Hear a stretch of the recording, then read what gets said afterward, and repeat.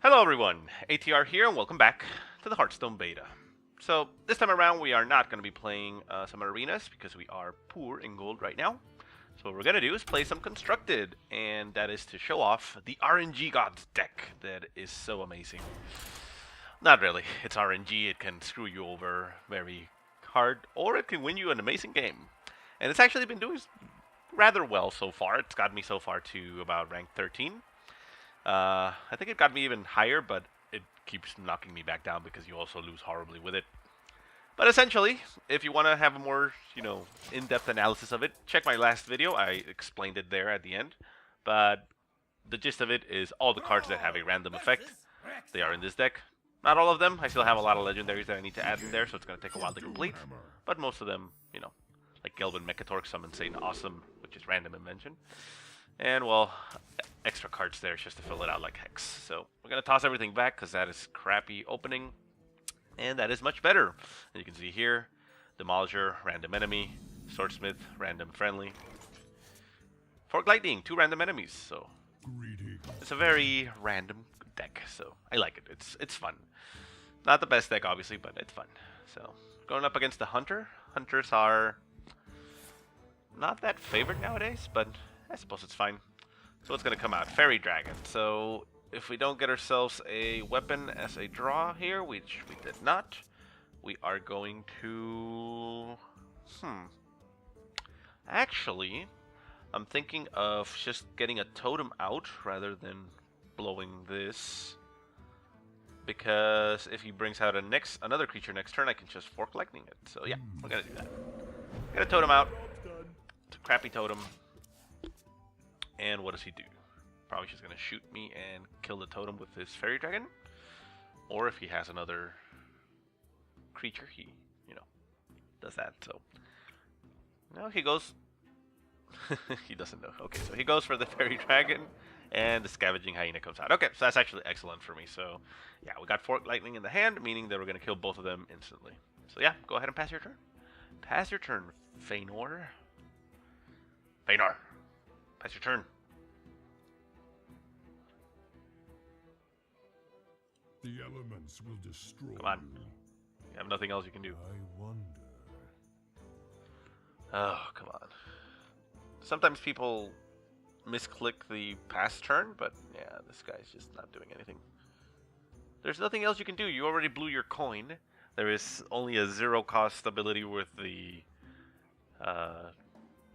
this guy, with the Hunter, which is... So that's a weapon I was waiting for on turn 2, so I could have killed it instantly. But, well, we're going to go ahead and just Fork Lightning, kill both of them. And we're going to put out the Master Swordsmith so that it buffs this to a 2-1. So, bigger threats. Next turn, we're only going to have 2 mana available, but we do have a Stormforged Axe that we can call in, so we're actually kind of fine with that. And we're not going to use the Stormforged Axe. No, we're not. We are simply going to use the Rockbiter weapon. Yeah. Yeah. Come on, dude. You can't do anything after that. You have 0 mana. Why are you just sitting there? The only other thing he can do is use Mark Target, which is to... There you go. Jesus. Stampeding Coda, very nice card. So yeah, the weapon doesn't help us out because we would have to sacrifice 2 of our... one hit of the weapon and another guy. So this time around, we're just going to use the Rockbiter weapon, get rid of that, and just go in for another 3 damage at him. And buff that totem up to a 3-1. So at this point, I'm probably going to get multi-shot. That's what hunters usually run. And that is that it deals 3 damage to 2 random enemies, and I already have 2, so yeah, it's going to be bad. No, another Grizzly comes out. Okay, well that totem is taking care of the Grizzly this time. And we are going to go big. So Demolisher comes out. Out comes the second totem. Yes, Taunt Totem, that is excellent. We kill that, go forth, and buff another guy up with 1, and that's a totem. The totem is now a 1-2, so that's nice. Totem can now attack. Demolisher throws out a 2 damage barrel every time he starts, and he concedes. Yay! Well, that was a little bit too easy. That didn't even showcase any of the RNG in the deck. So let's see if we can get ourselves a better a better example, but, well, like I said, RNG gods sometimes just make it so you win amazingly. Still, I mean, we are talking about rank 13, so it's nothing to be impressed about. I mean, it's still pretty mid-range there. That's as prettiest as I can put it. Okay, so let's go ahead and see what we come up against. If we're going up against a mage, we're dead. A rogue, rogue might be okay. Mages, we usually die because they're just gonna kill you with Pyroblast, and there's nothing I can do with this deck to stop that, so. Okay, it's an interesting opening. I think I'll keep it. I can turn 1 Mad Bomber, which is the king of RNG. Battlecry, deal 3 damage randomly split between all other characters, so it means it can hit you 3 times. And yeah, the rest of it seem fine. Even a turn 5 Stampeding Kodo seems okay. So, greetings, friend. The pleasure is mine. So, out comes a Mad Bomber. 1, 2. Yay! It hit him 2 times. So at very least, it went our way. Well played. So he's gonna backstab it, and I'll take 1 damage, but he took 2, so that's fine. It sucks when the Mad Bomber just hits you 3 times and then it gets killed instantly. So he's gonna go for me. I don't think he's gonna attack the Mad Bomber. Yeah, goes for me, hits me for 1. He's gonna get hit for 3, and next turn we just simply pull out a totem. I would use the weapon, but there's really no point. Weapon is more used for removal, so out comes the totem. Spell power totem, that's nice. Hit him for an additional 3, and there we go. Next turn we can either Demolisher or Acolyte of Pain. Tempted. The Demolisher is a temptation, but I don't know if I want to do that just yet. So he is going to backstab one of those. Okay, so he does backstab the Mad Bomber. 0 cost, so he still has 3. Hits me for an additional 1. And puts out a Perdition's Blade, which deals 2 damage and gets him a weapon. Very nice. Okay. So that weapon deals 2 damage. So this thing is relatively safe. This one as well. So we actually want some more targets. The Demolisher by itself is just going to be a little bit too big of a target. He could, if he has another backstab, he can backstab it and then hit it. So we are going to go Acolyte of Pain. Acolyte of Pain is something that begs to be hit, and if he hits it, it gives me cards. I think the only way the rogue has to get rid of it is to use Assassinate, and Assassinate on that would be kind of weird. Obviously, Silence is, you know, works just as well. So, what is he going to do for that?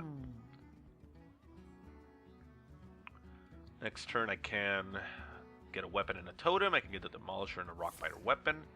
Okay, so he decides to get rid of it completely, wasting 1 of the charges on his weapon, so that's nice for me. That means that I get 1 card, and he wasted 1 charge. Van Cleef comes out. Not that big of a threat, really. We could transform him, but I could actually end up transforming him into a 5/5 with Take Master Overspark, another RNG king. But no, we're not going to do that this time. So this time around, I think we're just simply going to prepare. So we're going to drop a totem. Excellent totem choice. Burns either of his weapons, and I get my own weapon on the field so that I have a threat. So next turn I can actually kill Van Cleef. I should use Rockbite weapon on myself and swing. Or if he brings anything else, I just use Fork Lightning. So let's see what happens here. He's debating, so he's not going to waste the last charge on his weapon. Nope. Okay. Saves his mana. Interesting choice. Let's see. What else do we get? I don't want to put a Demolisher out there because it doesn't make much sense. It's going to just die instantly to both of them. Young Priestess is kind of the same boat. Take Master Overspark. It's too much of a gamble. Even though this is RNG, I don't want to gamble that much. So, you know what? We're going to play your waiting game then. I'm going to put out a totem. And we're going to wait. I could have killed Van Cleef there, and I probably should have. I don't know why I didn't. That was kind of stupid. So he's going to go for me. Well, I think the reason I wasn't wanting to do that is because... Okay, so he takes more damage on me. Okay, that's fine. Breaks his weapon, that means my Demolisher is now an option. Okay, there we go. So mind control tech is still available. We are not going to be using it. So demolisher, rock biter weapon on myself, which I don't particularly like using. 3, 4, 5, 6, and we just get another guy out. So let's get another totem out. I'm gonna get this demolisher out. We're gonna rock biter weapon ourselves and kill this guy, which is a bit of a waste. I don't like having done that, but I mean it is 5 damage for a 4 guy, so I suppose it's not that big of a waste. It just didn't feel right. So there we go. We got a threat on the field, and he got rid of his 4 damage guys. Well, abilities. He's going to backstab that. And you can't... Oh, there we go. SI7 agent comes out. Okay, it's fine. And what are you going to put out on the field? Eviscerate. So he's burning me down. Which is not great, but... well, not a lot we can do about it at this point. Okay, so we're going to start, I suppose, flooding our field. We're going to put out another totem. It's not the taunt totem, so that's actually bad for us, but we put out another demolisher, put out the young priestess, and we call it a day.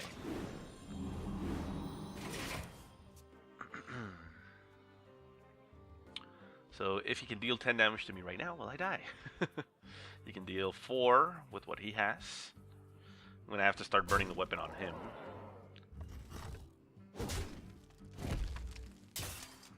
Shadow Step, return friendly minion to the hand. Ha, this guy's toast. And Conceal. Okay. Gets himself another weapon. So this is a very weird build, but I suppose it works. So we're just gonna attack him. Elements guide me. We are going to put out this thing. I'm gonna put out this thing. And we're gonna get rid of this thing because it's kind of annoying me right now. So let's go ahead and just kill it. And hit him with all our stuff and pass the turn. So now we're kind of defended. And he's going to sprint, drawing more cards. But how much damage can I do? That's only 2, 3, 4, 5. I don't have a lot of output. 5, 6, 7, 8, 9. Yeah, not a lot here I can do, but... So he's what? Gonna assassinate the... silences it. Okay. Doesn't really affect me. Oh god, he's annoying. But at least he burned both his Shadow Steps already, so...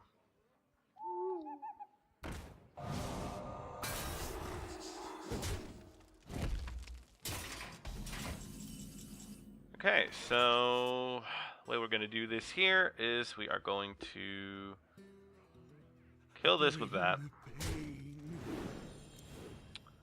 Get the Master Swordsmith out. We are going to 3, 4, 5, 6, 7. We are going to hex that. We are going to keep on hitting him. More training. Elements guide me. Job done. Pass the turn.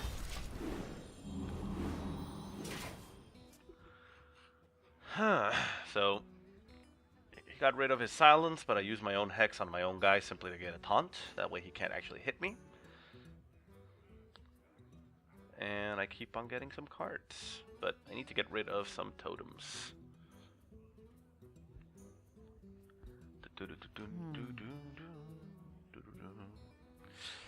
Okay, well, it's a very annoying rogue here, but it's not going that bad, I suppose. It's going as well as it could.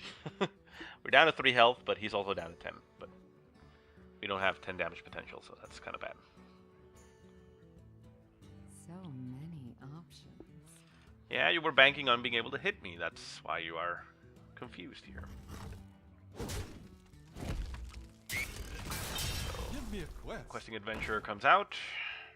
This is our town. Fi's Ringleader comes out. Yeah, beat it.